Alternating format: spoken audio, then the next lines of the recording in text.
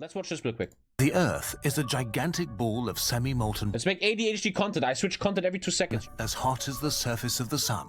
Titanic amounts of heat left over from its birth, and the radioactive... If something would happen, like a massive volcano eruption that could probably kill the human race, I think we reached a point on this planet where not a small portion of people will probably welcome that. I think like it's over 10% of the population, I would think.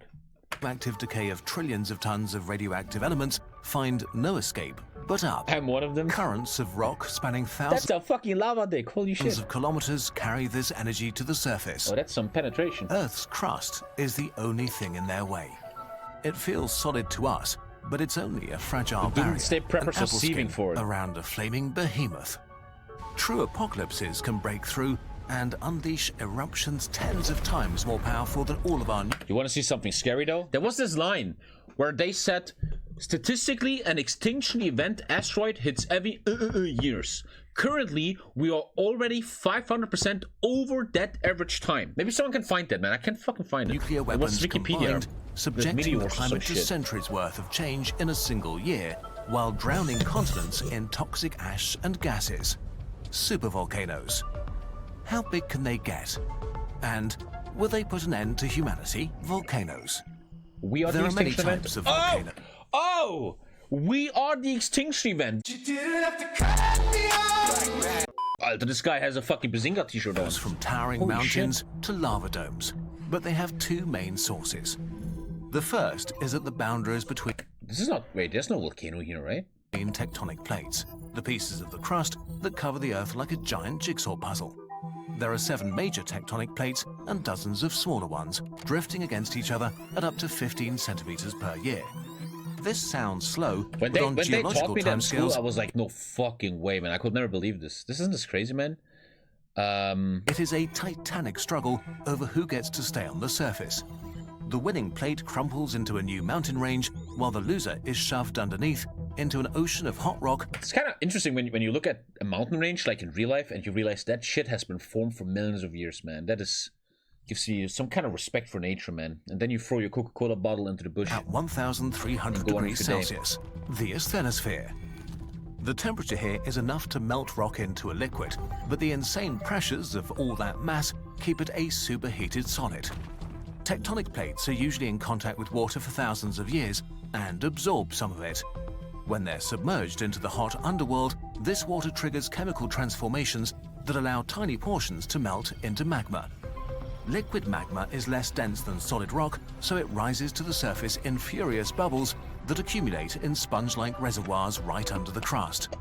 If enough magma accumulates, it becomes powerful enough to pierce through the crust, which we experience. Because, chat, what's the difference between lava and magma?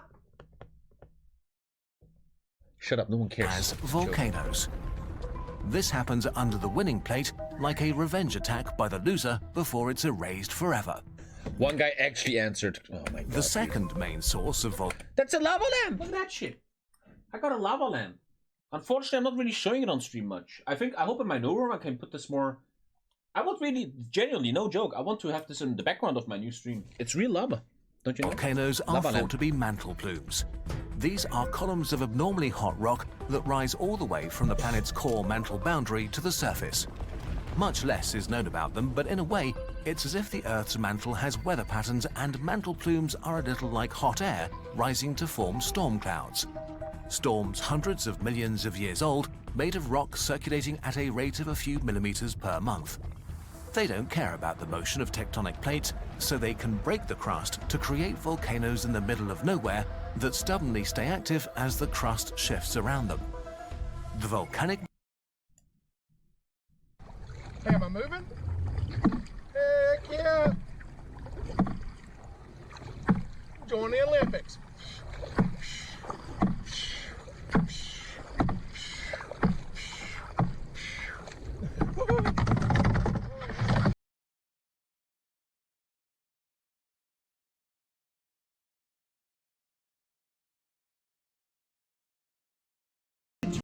Boom meter. Scientists love to put big booms on a scale and came up with a logarithmic scale that measures the volume ejected during an eruption. The Volcanic Explosivity Index, or VEI. Simply put, shit. it starts really small and gets very big very I quickly. wonder what the Eastland one was some years ago. Anyone know? I mean, I always wonder, how would you know, Chad? But I wonder what the Eastland one was. It probably was just like a free or two, but it already fucked Europe over like crazy. A VEI2 eruption would fill 400 full Olympic swimming pools with lava. We have around 10 of these per year. Can you oh, the Gollum. I always wondered, why do young boys, not girls, why do young boys think lava is so interesting? Like, why is that, right? Why do we think lava is so cool? One of my favorite games as a fucking kid, The Floor is Lava, right? It was really fun, The Floor is Lava. Yeah. Really fun. At VEI3, we already see devastating effects, Minecraft? I like the eruption of the Semeru volcano in 2021 that destroyed thousands of homes in Indonesia. At VEI5, we see catastrophic amounts of materials, cool, right? cubic kilometers of debris, equivalent to an entire lake of molten rock blasted into the air. Like the 2022 Hunga Tonga Hunga Hapai eruption that sent a shockwave around the globe many times and created ocean-wide tsunamis. At a VEI of 6, an eruption can change the world. In 1883, the Indonesian island volcano Krakatoa erupted nearly continuously over the course of 5 months. One of those eruptions blew it apart, producing the thing is, when this happens again, someone's gonna probably film it, man. That must be insane footage. Loudest sound recorded in history. 10 trillion times louder. Loudest sound recorded in history. Wow. Than a rocket taking off, heard halfway around the world. 30-meter high tsunamis swept away nearby populations, and so much gas and ash were released that global temperatures cooled by nearly 0.5 degrees Celsius. Dude, in a kind of way, couldn't we fight global warming with this? Like, global warming fucks up 1.5 degrees. Volcano erupts, lowers 1.5 degrees. Red, dusty sunsets followed for many years. The loudest sound I recorded was your mom last night. I was about to make that joke, but realized it's such a dumb joke, man. So I didn't do it. And even if I don't do the mom joke, we get supercolossal eruptions, millennium-defining events that human civilization has only encountered a handful of times. Mount Tambora was a 4,300-meter high mountain until it exploded in 1815 and released 400 times more energy than the Tsar Bomba. Jesus. 140 billion tons of ash and dust was shot halfway to... What's so scary about this stuff is, right, that when it happens, the human race ain't gonna do fucking shit, man. We're so powerless against stuff like this. Space before smothering the world's skies, turning them a sickly yellow. There was no summer the following year, crops died, and over 100,000 people perished. This is the dreadful potential of volcanic eruptions, with famines across the other side of the world, and even centuries-long cold periods being attributed to them. Okay, but what's a supervolcano? The term supervolcano is a media invention. Also shows you how hard it must be for a race to become intelligent, right? How many filters you have to overcome to become an intelligent sentient race. And not a scientific term. The main issue with them is that not every eruption from a supervolcano is a super eruption. What makes supervolcanoes special is that they've been waiting to erupt for hundreds of thousands of years. I know a lot of people that waited to erupt for hundreds of thousands. Such a funny comedy stream. Stop pausing, I'm gonna shut my mouth. Colossal magma reservoirs several kilometers deep until it becomes strong enough to lift the rock above it by several meters.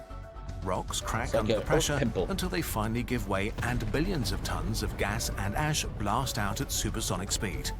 An insane explosion of at least 1,000 cubic kilometers that impacts every corner of the globe.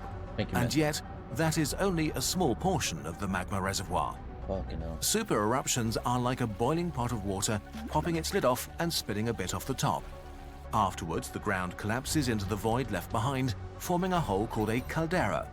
Under this caldera, pressure starts building again until... Caldera sounds like a great name. It's a cool name. The volcano gathers... Hi, my name is Caldera. Sounds better than Steven. There's enough energy for another super eruption.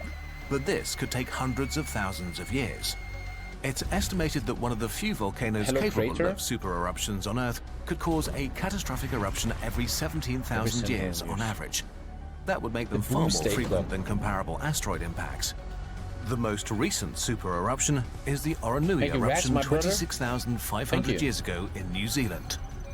With the force of dozens of billions of tons of TNT, a Mount Everest-sized pile of explosives, a huge portion of the landscape was scooped out and thrown into the atmosphere.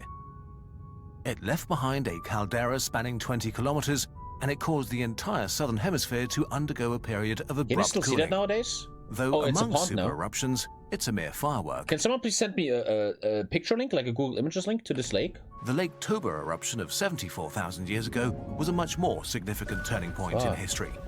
I was It actually released swimming a there. gargantuan 5,300 cubic kilometers of material, enough to blanket parts of South Asia in 15 centimeters of ash and trigger a rapid 4 degrees Celsius drop in global temperatures.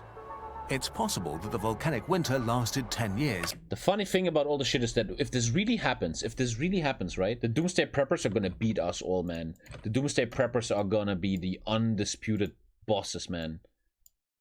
Okay, that looks beautiful, man. Shit like this is so interesting. Followed by worldwide droughts for centuries. Earth's climate might have not recovered for 1,000 years. The largest volcanic events we know of were not really huge explosions, but floods of millions of cubic kilometers of lava.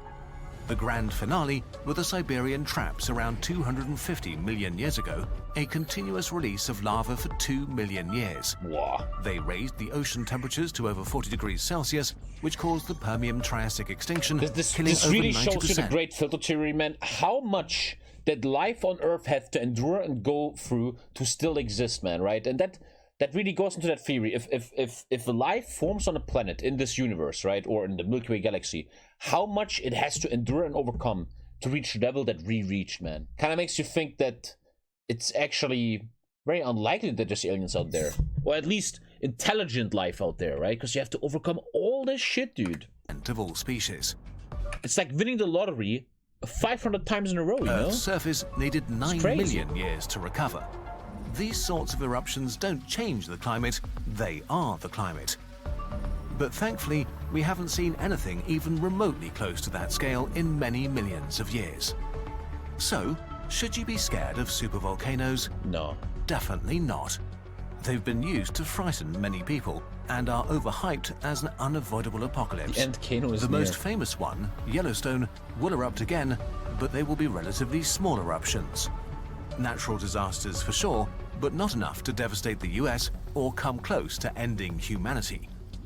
The chance of a VEI-8 eruption in the next few hundred years is less than 2%, and more importantly, That's it wouldn't not come that as low, a sudden man. surprise. However, less powerful but more Me frequent. and Lisa were watching a documentary about Sicilian farmers. We were watching stuff about Sicilian farmers and how they make food.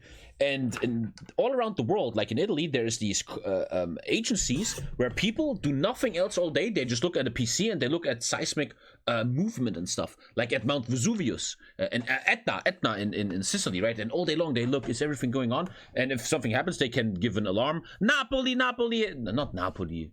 Man, whatever the fuck, but they have to evacuate, you know, they're very prepared Eruptions nowadays. can also do serious Napoli, damage Etna, to our whatever. civilizations and are in many ways a much greater concern. So we must watch for slow Bane. changes in magma reservoirs, like ground swelling and temperature increases, to get an early warning that can save the lives of people living the closest to a volcano.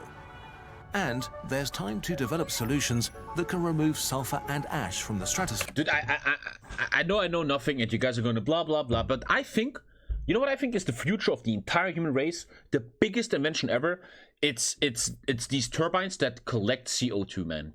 If we reach a technology that is cheap, easy to produce, and globally available, that collects CO2 and other toxic gases, once that is done, they exist. You mean trees? Well, humans don't really like trees, right? They do very bad stuff to them. Those exist, but they're not efficient enough yet, man. So they exist yet, not good enough, obviously, you muppet. And I think that's really the fucking future. To eliminate the root cause of the climate disruption we've seen from previous eruptions. Who knows, maybe we'll even be able to turn this force of destruction into an agent for good by exploiting the It's called geothermal CO2 energy capture. Oh fuck, that's cool. It's called CO2 capture. That's fucking held amazing, in bro. their Thank giant you for magma telling me. reservoirs. We've done this work for so many other disasters, and we are already doing things we could only have dreamed about decades ago, like sending a probe to perform our first asteroid redirection test. With determination, humanity really can solve anything. So while deep below us an That's angry why TommyKay always talks about technocracy, funding scientists, and stop being retarded in society, hell is right? churning and waiting for its moment, you can sleep well tonight.